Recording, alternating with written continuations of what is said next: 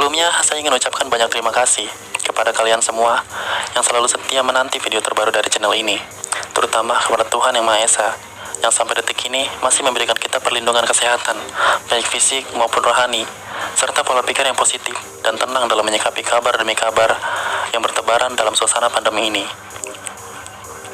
Berbagai macam cara telah dilakukan, dan berbagai macam pemikiran telah dikemukakan, hanya untuk satu tujuan, yaitu kesembuhan dari pandemi ketakutan ini. Ya, pandemi ketakutan, karena efek langsung yang kita rasakan bukan penyakitnya, tapi ketakutannya. Hingga pada beberapa hari yang lalu, saya mendapatkan sebuah pesan yang berisi pertanyaan sederhana, namun cukup membuat dan mengalihkan pikiran saya pada pertanyaan ini dalam waktu yang lama. Mengapa para peneliti tidak mengambil antibodi dari orang yang sudah sembuh dari COVID-19 ini, sehingga antibodi itu dapat ditransfer kepada orang yang masih sakit, sehingga dapat kembali pulih? Karena sebagaimana yang telah kita yakini bahwa antibodi orang yang sudah sembuh dari COVID akan menjadi kebal untuk dapat tertular lagi. Jika kalian memiliki pertanyaan yang sama seperti itu, maka selamat. Pikiran kritis kalian setara dengan pikiran para dokter dan profesor di Wuhan saat pertama kali menghadapi pandemi ini. Ingin tahu bagaimana penjelasannya? Simak terus. Welcome with Abdul's channel. Enjoy for watching. Don't forget to subscribe, like and share this video.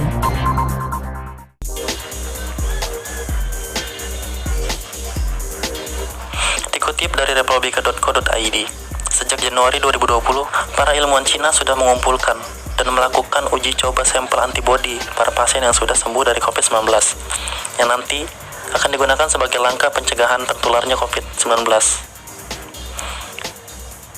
Penelitian ini bermula di Beijing. Tim ilmuwan Cina sudah mengumpulkan beberapa antibodi yang mereka nilai sangat efektif dalam menghalangi kemampuan virus corona masuk ke dalam sel. Karena itu, antibodi tersebut dapat membantu mengobati atau mencegah COVID-19. Hingga kini, belum ada pengobatan terbukti efektif untuk menyembuhkan pasien dari virus yang berasal dari Cina itu. Virus corona sudah menyebar ke seluruh dunia, menginfeksi lebih dari 850.000 orang dan menewaskan 42.000 pasien. Zhan Lingqi dari Tsinghua University, Beijing, mengatakan obat yang dibuat dengan antibodi yang ditemukan timnya lebih efektif dalam mengobati pasien COVID-19 dibandingkan pendekatan yang dilakukan saat ini.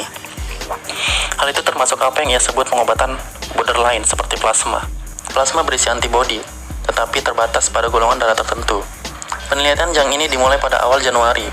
Zhang dan timnya di 3D People Hospital Shenzhen menganalisis antibodi dari darah pasien yang sembuh dari COVID-19. Mereka mengosilasi 206 antibodi monoklonal yang menunjukkan kemampuan yang kuat untuk mengikat protein virus. Lalu, mereka melakukan pengujian lain untuk melihat apakah antibodi-antibodi itu dapat mencegah virus masuk ke dalam sel. Dari 20 lebih antibodi yang diuji, 4 diantaranya dapat menghalangi virus masuk ke dalam sel. 2 diantara sangat bagus dalam melakukan hal itu. Kini, Zhang dan tim fokus mengidentifikasi antibodi yang paling kuat dan kemungkinan untuk mengkombinasikannya. Hal itu dilakukan untuk mengurangi risiko virus corona bermutasi. Jika penelitian berjalan, pengembang yang tertarik dapat memproduksi secara massal untuk diuji pertama kepada hewan, lalu kepada manusia. Para peneliti itu bekerja sama dengan perusahaan bioteknologi Amerika Serikat Cina atau Brii Bioscience. Pentingnya antibodi sudah terbukti di dunia medis selama berpuluh-puluh tahun. Antibodi dapat digunakan untuk mengobati kanker, penyakit kekebalan tubuh, dan penyakit menular, kata Zhang.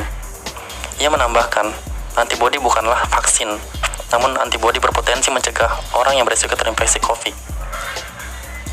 Biasanya butuh waktu 2 tahun sebelum sebuah obat diizinkan diberikan kepada pasien. Zhang mengatakan, pandemi COVID-19 membuat semua proses harus bergerak lebih cepat. Langkah-langkah yang sebelumnya dilakukan berurutan kini harus segera dilaksanakan secara paralel. Zhang yang mengunggah temuan itu ke internet berharap antibodi yang ia dan timnya temukan dapat diuji ke manusia dalam 6 bulan. Jika antibodi itu terbukti efektif, masih butuh waktu lebih lama lagi agar antibodi itu digunakan dalam pengobatan.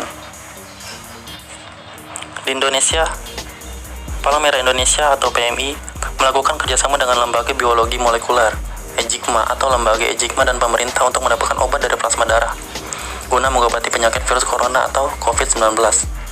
Ketua Umum PNI, Yusuf Kala, mengatakan PMI mendukung para ahli sesuai bidangnya untuk menemukan obat antibodi dari susunan dasar plasma darah yang diambil dari spesimen penderita COVID-19 yang sembuh.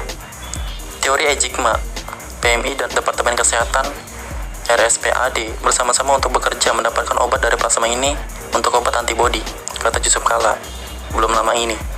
Menurut dia, cara kerja obat ini harus ada pasien yang sembuh dari COVID-19 yang mau menyumbangkan darah ke PMI. Sebab hanya PMI yang punya klarifikasi menarik darah dari tubuh yang ada di 15 tempat untuk bisa menarik plasma tersebut. Saya bukan ahlinya secara teknis. Intinya, kalau orang sembuh berarti dia ada kekuatan di dalam tubuhnya untuk melawan virus itu. Nah, makanya plasma itu diberikan, ujar mantan Wakil Presiden Republik Indonesia ini. Ia mencontohkan di Iran dan di Cina masing-masing negara sudah melakukan, sedangkan Indonesia baru mulai. Tujuannya, kata dia, untuk meningkatkan antibodi mencegah virus tersebut. Ini praktik yang sudah lama dijalankan, tapi digunakan ulang untuk hal ini. PMI siap melakukan hal tersebut. Saat flu Spanyol 100 tahun yang lalu pernah dilakukan. Tubuh manusia dapat sembuh kalau ada obat. Katakanlah kita tingkatkan daya tahan tubuh untuk lawan virus itu. Jelas sih. Direktur Lembaga Biologi Molekuler Ejigma, Profesor Amin Subandrio, mengatakan plasma darah ini bukan untuk pencegahan, jadi hanya dikhususkan untuk mereka yang masih sakit, agar obat plasma ini bisa digunakan. Saat ini pihaknya bersama PMI sedang melakukan uji coba menyelesaikan protokol dan prosedurnya, juga etiknya, agar donor aman ketika diambil. Setelah plasma diambil, tentu setelah diambil kita pastikan donor itu siap. Maka selanjutnya diambil plasmanya saja, kemudian darahnya dikembalikan. Plasmanya nanti dicek, baru nanti diberikan ke pasien yang membutuhkan.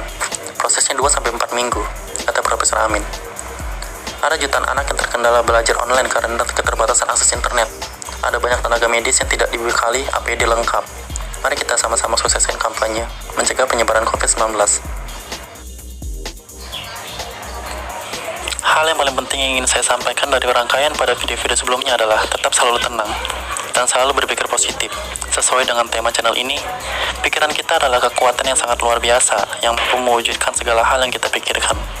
Saat pikiran fokus pada solusi yang positif, maka secara tidak sadar, perlahan-lahan kita akan menemukan ide untuk sampai pada kenyataan yang pernah kita pikirkan sebelumnya.